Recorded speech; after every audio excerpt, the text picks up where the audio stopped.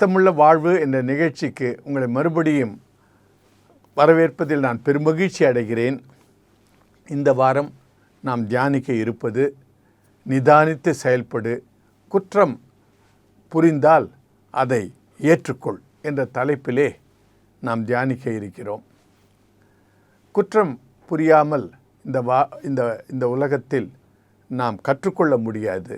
ஆனாலும் ஆண்டவர் எதிர்பார்ப்பது நாம் மனம் திரும்பி குற்றத்தை உணர்ந்தவர்களாக அவரிடம் திரும்பி வந்து மறுபடியும் அந்த குற்றத்தை செய்யாமல் இருக்கவும், நிதானித்து செயல்படவும் அவர் வாஞ்சிக்கிறார். ஆனால் ஆதியாகமத்திலே முதலாவது ஆதாம் ஏவாள் தொடக்கத்திலிருந்தே நாம் இந்த குற்றத்தை ஏற்றுக்கொள்ளாமல் எப்படி மற்றவர்கள் மேல் அதை சாற்ற வேண்டும் என்பதையெல்லாம் நாம் படித்திருக்கிறோம். ஆண்டவர் நன்மை தீமை அறிகிற கனியை புசிக்க வேண்டாம் என்று ஆதாமுக்கு சொல்லியும் அவன் புசித்த பிறகு ஆண்டவர் அவனிடத்தில் நீ எங்கே என்று கேட்கும்போது நான் நிர்வாணியாக இருக்கிறேன் என்று சொல்லுவார். அதற்கு நான் புசிக்கக்கூடாது என்று சொன்ன கனியை புசித்தாயோ என்று கேட்கும்போது நீர் எனக்கு துணையாக கொடுத்த ஏவாள் எனக்கு அந்த பழத்தை கொடுத்தாள், அதனால் நான் அதை புசித்தேன் என்று தன் குற்றத்தை உணராமல் அதை மற்றவர்கள் மீது அவர் சாற்றுவார். ஏவாளை அழைத்து நீ அந்த பழத்தை சாப்பிட்டாயா என்று கேட்கும்போது ஒரு சர்ப்பம் என்னை வஞ்சித்தது என்று அவள் அந்த குற்றத்தை மற்றவர்கள் மீது மற்ற ஒரு ஜந்துவின் மீது சுமத்துவாள். இப்படியாக அன்றிலிருந்தே ஒற்றுக்கொள்ளாமல் மற்றவர்கள் மீது சாற்றும் ஒரு பழக்கத்தை நாம் காண்கிறோம். முதலாவது தெரிந்து கொள்ளப்பட்ட ஒரு ராஜா சவுல் ராஜா. தீர்க்கதரிசி சாமுவேல் மூலமாக ஆண்டவரால் அபிஷேகம் பண்ணப்பட்டவர். சவுல் ராஜாவுக்கு ஆண்டவர் சாமுவேல் தீர்க்கதரிசியின் மூலமாக சாமுவேல் தீர்க்கதரிசி சவுல் ராஜாவிடம் நான் ஒரு 7 நாட்களுக்குள்ளாக வருவேன், தகன பலியை நான் வந்த பிறகு செய்கிறேன் என்று சொல்லி இருப்பார். ஆனாலும் 7 நாட்களுக்குள் 7வது நாளிலே சாமுவேல் தீர்க்கதரிசி வர தாமதிக்கும்போது அந்த தகன பலியை சாமுவேல் அரசரே செய்து விடுவார். சாமுவேல் தீர்க்கதரிசி வந்து நீ தவறான காரியத்தை செய்தாய், இதனால் இந்த ராஜ்ய பாரியம் உன்னை விட்டு எடுக்கப்படுகிறது என்று சொல்லுவார். இதிலிருந்து நமக்கு என்ன தெரிகிறது என்றால் துரிதமாக செயல்படக்கூடாது. கடவுள் கொடுக்கிற ஒரு கட்டளையை நாம் நிறைவேற்ற வேண்டும். அதே போல் இரண்டாவதாக அவருக்கு ஒரு சந்தர்ப்பம் கிடைக்கிறது. சாமுவேல் தீர்க்கதரிசி மூலமாக ஆண்டவர் சவுல் ராஜாவிடம் அமலேக்கரியை அதமாக்க வேண்டும் என்று சொல்லுவார். எல்லாவற்றையும் அழிக்க வேண்டும். இதெல்லாம் கேட்பதற்கு கஷ்டமாக இருக்கும். ஆனாலும் நமக்கு என்ன தெரிகிறது என்றால் அந்த நாட்களிலே தீமையான பழக்கம் எல்லா இடத்திலும் பரவி இருந்தது. ஆண்டவர் ஒரு நல்ல ஒரு சந்ததியை உருவாக்க விரும்புகிறார். அதனால் இந்த பிள்ளைகளை கொல்லும் பழக்கமுள்ள சந்ததிகள், வேசித்தனம் செய்யும் பழக்கமுள்ள சந்ததிகள், இவற்றையெல்லாம் அழித்து போட வேண்டும் என்று இருக்கிறார். அப்படியாக அவர் சவுல் ராஜாவுக்கு அந்த கட்டளை இடும்போது எல்லாவற்றையும் அழித்து போடுவாயாக என்று கட்டளை இடும்போது அவர் அந்த ராஜாவையும் விட்டு விடுவார், அந்த நல்ல கொடுத்த ஆடுகளையும் விட்டு விடுவார். ஏனென்றால் அவருடைய படை வீரர்கள் அதையெல்லாம் விட்டுவிடுங்கள் என்று அவருக்கு சொல்லுவார்கள். அதனால் ஆண்டவருடைய கட்டளைகளை கேட்காமல் படை வீரர் சொல்லும் கட்டளைகளை அவர் கேட்டுக்கொண்டு மனிதருக்கு பிரியமாக நடந்து கொண்டிருப்பார். அப்பொழுது ஆண்டவர் விசனப்பட்டு சாமுவேல் தீர்க்கதரிசியிடம் நான் தெரிந்து கொண்ட இந்த சவுல் ராஜா நான் சொல்லும் கட்டளைகளை கேட்பதில்லை என்று நான் இன்னொருவரை நான் ராஜாவாக ஸ்தாபிக்க விரும்புகிறேன் என்று சொல்லுவார். சவுல் சாமுவேல் தீர்க்கதரிசியிடம் சொல்லுவார், நீர் சொன்ன எல்லா கட்டளைகளையும் நான் நிறைவேற்றி விட்டேன் என்று சொல்லுவார். அதற்கு அவர் சொல்லுவார், அப்பொழுது ஏன் இந்த ஆட்டின் சத்தங்கள் கேட்கிறது என்று சொல்லும்போது அதை அவர் நான் பலியிடுவதற்காக வைத்திருக்கிறேன் என்று சொல்லுவார். அப்பொழுது தீர்க்கதரிசி சொல்லுவார், பலிகளை காட்டிலும் கீழ்ப்படிவதே முக்கியம் இறைவனுக்கு என்று சொல்லுவார். இதிலிருந்து நமக்கு என்ன தெரிகிறது என்றால், சொன்ன கட்டளைகளை நாம் நிறைவேற்ற வேண்டும். மற்றவர்களை பிரியப்படுத்துவதை விட இறைவனை பிரியப்படுத்துவது மிகவும் அவசியம். இதனால் பல ஆசீர்வாதங்களை நாம் இழந்து போக வாய்ப்பு உண்டு. ஆனால் இவருக்கும் தாவீதுக்கும் இருக்கிற ஒரு வித்தியாசம் என்ன என்று காண்போமானால், தாவீதும் தவறிழைக்கிறார். ஒரு முறை அவர் யுத்தத்துக்கு போகும் காலத்திலே தூங்கிக் கொண்டிருந்து எழுந்து பெத்ஷெபா குளிப்பதைக் கண்டு அவளிடம் சயனிக்க வேண்டும் என்று ஆசைப்பட்டு, அவள் யார் என்று தெரிந்து கொள்ள வேண்டும் என்று வாஞ்சித்து, தன்னுடைய படை வீரருடைய மனைவி என்று தெரிந்தும் சயனித்து அனுப்பிவிடுவார். அதற்கு பெத்ஷெபா சில நாட்கள் கழித்து நான் கர்ப்பவதியாக இருக்கிறேன் என்று சொன்னபோது, அந்த தவறை எப்படியாவது மறைக்க வேண்டும் என்ற ஒரு காரணத்துக்காக அந்த உரையாவை விடுமுறையில் அனுப்புமாறு சொல்லி, விடுமுறைக்கு வந்த பிறகு உன் மனைவியோடு சந்தோஷமாக இருந்துவிட்டு போ என்று சொல்லி அனுப்புவார். அவர் வெளியிலேயே படுத்துக்கொள்வார்.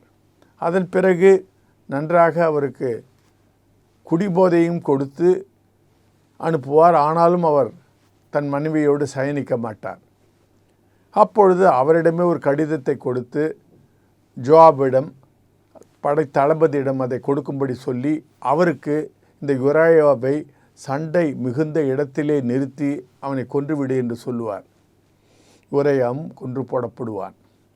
அதன் பிறகு ஆண்டவர் நாத்தான் என்னும் தீர்க்கதரிசி மூலமாக தாவீது செய்த தவறை அவனுக்கு உணர்த்த அனுப்புவார். அப்பொழுது நாத்தான் வந்து, ஒரு பணக்காரரிடம் 100 ஆடுகளுக்கு மேலாக இருந்தது. பக்கத்தில் இருந்த ஒரு ஏழை குடியானவிடம் ஒரே ஆடு இருந்தது. அதை குழந்தை போல் பார்த்து கொண்டிருந்தான். ஆனாலும் பணக்காரருடைய வீட்டிலே ஒரு விருந்தினர் வந்தபோது அவனுடைய ஆடை எடுக்காமல் அந்த குடியானவனுடைய ஆடை எடுத்தான் என்று சொல்லுவார். அப்பொழுது தாவீது கடும் கோபம் அடைந்து, அதற்கு அவன் சாக வேண்டும் என்று சொல்லும்போது, அந்த அவன் நீதான் என்று சொல்லுவார். அப்பொழுது அவன் தன்னை தவறை உணர்ந்து கொள்வான். நான் ஆண்டவருக்கு முன்பாக தவறிழைத்தேன் என்பான். அதுபோல கர்த்தருக்குள் பிரியமானவர்களே, நாம் தவறிழைக்கும்போது ஆண்டவர் அதை சுட்டி காட்டும்போது நாம் ஒற்றுக்கொள்ள வேண்டியவர்களாக இருக்கிறோம். அடுத்தது, நாம் தவற்றை மற்றவர்கள் மீது சாற்றக்கூடாது என்பதற்கு ஒரு முறை ஒரு உரையாடலை வானொலியில் கேட்டுக்கொண்டிருந்தேன். ஒரு மனோ நிபுணர் அதை குறித்து சொல்லி கொண்டிருந்தார். ஒரு தகப்பன், தாய் ஒரு கல்லூரிக்கு செல்லும் மாணவனை குறித்து ஒரு கற்பனையாக ஒரு கதையை சொல்லுவார்.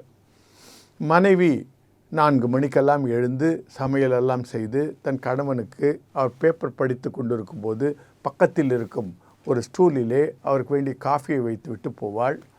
அன்றும் அப்படியே தான் செய்தாள். ஆனால் அன்று பார்த்து கல்லூரிக்கு செல்லும் மாணவன் அந்த காஃபியை தட்டி போட்டு விடுவான். என்ன நடக்கும், பொதுவாக என்ன நடக்கும் என்று அவர் கூறினார். தகப்பனார் கேட்பார், ஏன் உனக்கு கண் இல்லையா என்று கேட்பார். இதுதான் நார்மலாக நடக்கக்கூடியது. கல்லூரிக்கு போகும் மாணவன் அதை ஏற்றுக்கொள்வானா? அவன் சொல்லுவான், அம்மா காஃபியை வைத்திருந்தால் குடிக்க வேண்டியதுதானே, நீங்கள் ஏன் குடிக்கவில்லை என்று அவர் மேல் சாடுவான். தகப்பனார் மனைவியின் மீது சாடுவார், நீ காஃபியை வைத்தால் சொல்ல வேண்டியது தானே என்று. மனைவிக்கு கோபம் வரும், இன்று மாத்திரம்தான் நான் காஃபியை வைத்தேன், தினந்தோறும் தான் வைக்கிறேன், நீங்கள் தானே பார்க்க வேண்டும் என்று சொல்லுவார். இப்படியாக நாம் ஒருவர் மீது ஒருவர் குற்றம் சாட்டும்போது இப்படித்தான் நடக்கும். இதற்கு பதிலாக இந்த காஃபி தவறி கீழே விழும்போது தகப்பன்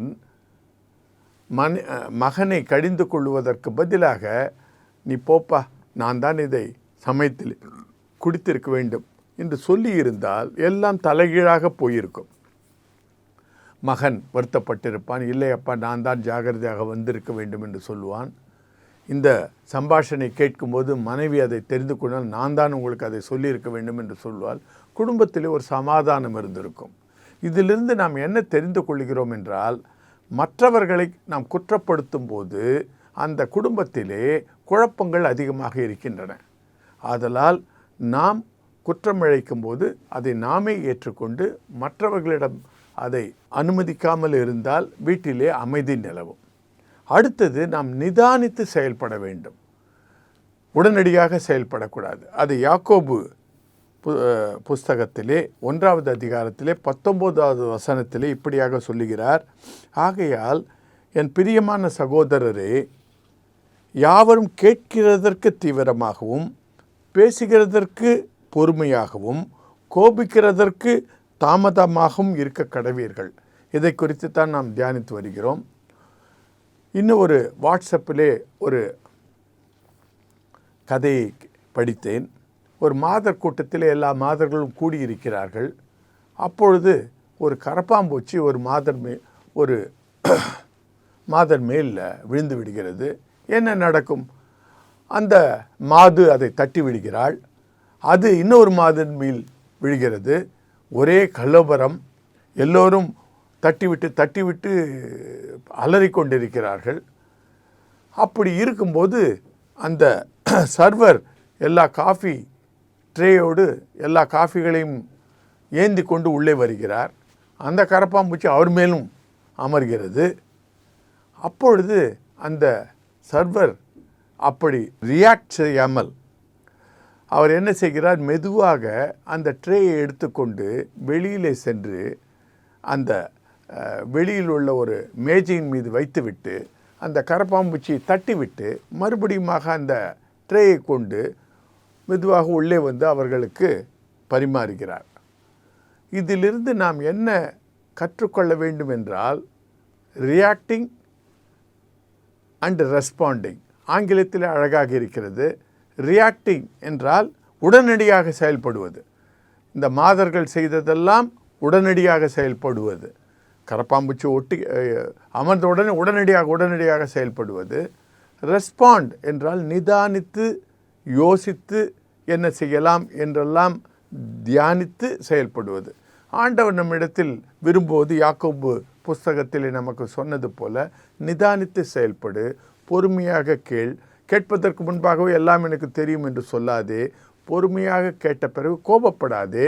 கோபமாக இருந்தால் ஒரு கடிதத்தை எழுதினால் உடனடியாக அதை அனுப்பாதே. அதை 2 நாட்களுக்கு வைத்து கோபம் தனியே விட்டு அதை அனுப்ப வேண்டுமா வேண்டாமா என்றதையும் தீர்மானித்து, அனுப்ப வேண்டும் என்று தீர்மானித்தால் கூட அதை எப்படி நாம் அதை ஒரு நல்ல முறையில் எழுத வேண்டும் என்றெல்லாம் தியானித்து எழுதும்போது சண்டை பெருசாகாது. கர்த்தருடைய பிள்ளைகளே, ஆண்டவர் நமக்கு பொறுமையை கற்றுக் கொடுக்கிறார். இந்த உலகத்திலே அவர் பொறுமை உள்ளவர், நிதானம் உள்ளவர். தன்னை சிலுவையிலே அறையும் போது கூட பிதாவிடத்தில் வேண்டிக் கொள்கிறார்கள், இவர்கள் செய்வது இன்னதென்று அறியாதிருக்கிறார்கள் என்று. ஸோ இந்த திவ்ய சுபாவங்களை நாம் கற்றுக்கொள்வதற்காக ஆண்டவர் நம்ம இந்த உலகத்தில் அனுப்பியிருக்கிறார். கற்றுக்கொள்வோம். நன்றி, வணக்கம். என்னடா யோசிக்கிற? அவங்கள மாதிரியான சர்வீஸ் அண்ட் அப்ரோச்சை நீ பார்த்துருக்கவே முடியாது. 3 வருஷத்துக்கு முன்னாடி நான் பார்த்துருக்கல, இப்போ நான் பார்க்குறேன்ல. How confident I am because I have taken a right decision. எக்கனாமிக்கல்டா, இன்சூரன்ஸ் கூட கிளைம் பண்ணிக்கலாம். ப்ரீமெச்சூர் பேபிஸ்லேருந்து ஓல்ட் ஏஜ் பீப்புள் வரைக்கும் விசிட் பண்ணுற ஒரு இடம். அந்த அங்கிள் நம்பரை வாங்கி தரேன். அந்த அங்கிள் தான் எனக்கும் ஹெல்ப் பண்ணாரு.